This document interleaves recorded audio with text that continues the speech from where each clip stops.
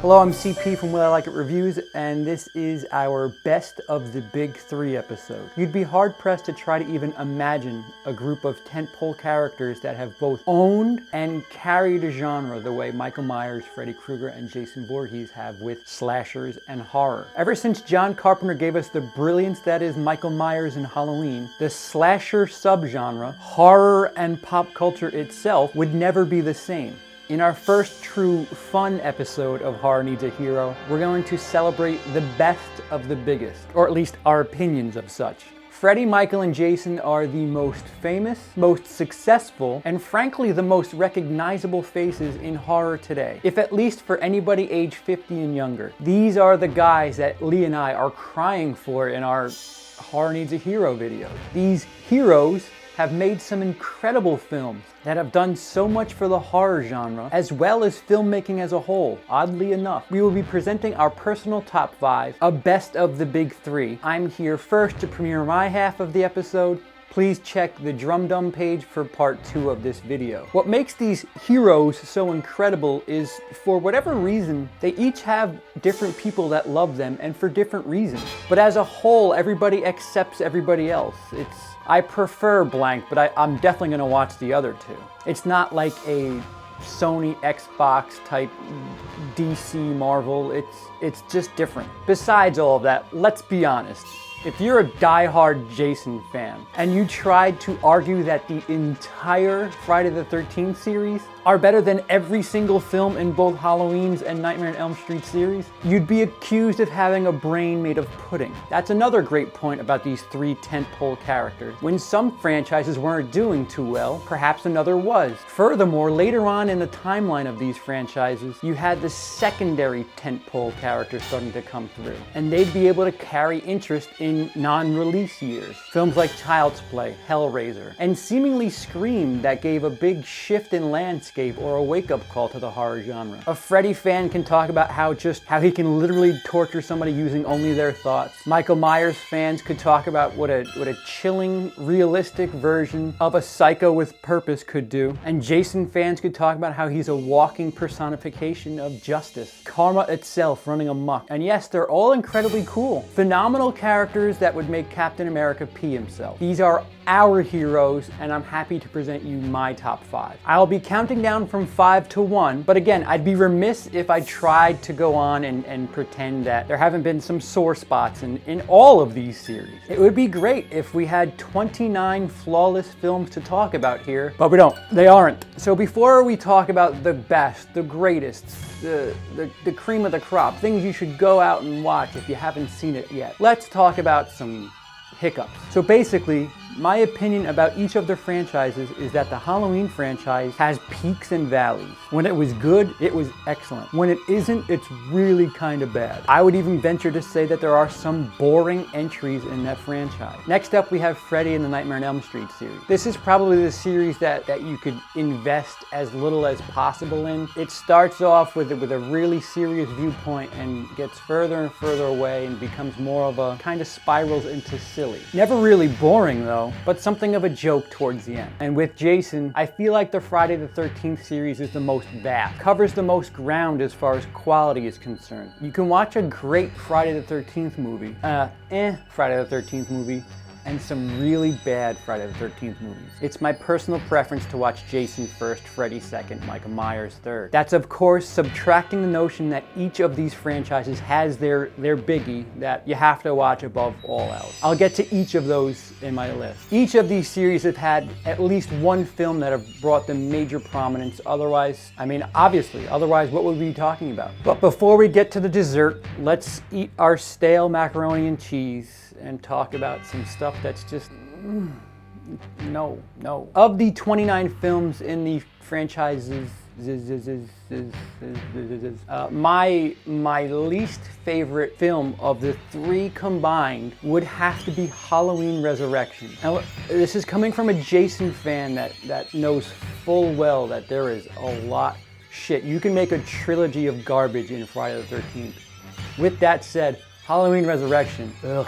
One thing that you learn in watching horror films in general is they all try to have fun at a certain point. They all try to get a certain big name if they can, but never at the expense of our main character, our big villain, our antagonist, the pseudo-hero, the anti-hero. Halloween Resurrection is downright disgusting, if only for the hand job that is given to Busta Rhymes' ego in that film. Not only did he stand up the best against Michael Myers, more so than horror royalty herself, Jamie Lee Curtis, but he trash talks Michael Myers while throwing blows. Oh yeah, Tyra Banks is in this too. And kind of famous Tyra Banks too. This isn't Tyra higher learning Tyra. This is Tyra, moving on up Tyra. There are so many elements in this film that just take you out of it, seemingly disrespect Michael Myers. And the rule should always be to never disrespect the villain. Or at least, horror franchises, that should be the rule. If you look into Jason Lives, the story of Friday the 13th, Tom McLaughlin, the director, made it a point to try to have fun,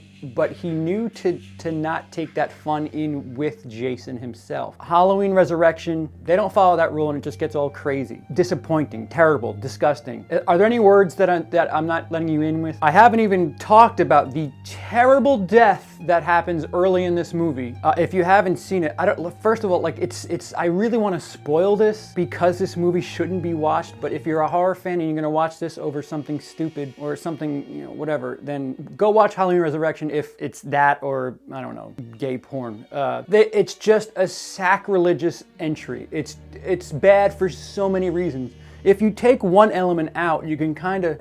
it's still bad, but it's just I don't know, it's just taking a dump in a church. It's just not good. I mean, the story's not terrible. It's bad, it's really bad, but for so many rules that they break, it's just, there's no coming back from it. Halloween Resurrection is easily my least favorite in the entire set of franchises. And it's not even close, which is frightening because wait till I get to some other doozies. Basically, Dimension Films said, we're gonna set you on fire, and when you start crying loud enough, we'll piss on you to put you out. Just a bad movie. The next on our list of bad movies is finally, I get to talk about my heart and joy, my guy, Jason. Jason Goes to Hell, the final Friday. Not that continuity was truly represented in the final 4 films of that series, but that movie basically took anything from the past and spit on it. On top of that, they tried to pass off a Jason movie without Jason in it. It's Jason, but not the guy with the mask. The visual form that we love appeared for maybe 10 minutes. This was the first film from New Line Cinema since acquiring the rights, and maybe they should have asked Paramount about how films without Jason go. Nobody wanted to talk about New Beginning with anybody, I'm assuming? Aside from that, the movie just says, hey, here's siblings, children, seriously this time, parents, special Jason hunters who decided to wait decades and hundreds of murders before finally deciding to start doing something, and special weapons that can only be used by special people that can help kill Jason. Seriously this time, they mean it. Oh hey, did you like Alien? You did? Well, we're gonna try to copy it. No. Not the menacing stalk and kill aspect. Just the slug ingestion part. That's basically all we're copying. What? Why aren't you excited? That's fun, isn't it? Like I said before, Friday the 13th contains a wide varying set of movies that are great, okay, and laughably awful. Jason Goes to Hell is in the laughably awful category. As far as this movie is concerned, there's not much that's redeeming short of the opening scene and the last 10 seconds. You'd be lying if you went back in time and saw that end and didn't get a little geeked out, because we did. And it made up for a lot of us. It's your turn, Freddy. Oh. I mean, this is a franchise that really, while the Halloween franchise introduced a child aspect really well, Nightmare on Elm Street sort of tried to do the same thing, but in a series of films that got progressively far-fetched and silly, by the time the 5th installment rolled around, this baby element just came off as a bad idea. That was more about passing off a really cool-looking crib that should have been the Rosemary's Baby crib. Aside from some of the kills, but that's the thing about Nightmare movies, they're all really good kills. Above all else, the Nightmare on Elm Street movies always had the most interesting kills and seemed to be more of a visual resume of the effects team. Guys doing incredibly creative stuff for cheap, but there's plot and film wrapped around those kills, and this, no. I could keep going, but just to round out this shitty list, Halloween 5 was rushed, you can tell. That is, you know, the crime of Halloween 5 is it's actually really kind of boring. I've watched it 4 times and watched it twice recently. I watched it twice recently in the last 2 weeks because I fell asleep the first time. It's just, I mean, is boring bad? I don't know, but like horror is not something you're supposed to be bored with. If anything, you're supposed to have heightened senses, heightened senses, heightened senses, heightened senses. Your senses heightened. Halloween often forget that they're horror movies and get so lost in the story that horror is about kills every now and again. You need a you need a kill to just feed the masses. You know, these movies are geared towards teenagers that their attention spans aren't that wide. But you know, Halloween, God bless them for trying to do some fun stuff with stories. When it misses, it's boring, and Halloween 5 misses. Then we can talk about the next 2, and it's kind of a tie because I would really not want to watch either at any point, if only just to get through it. Friday the 13th 5, A New Beginning. I touched on it before. It's not really a Friday the 13th movie.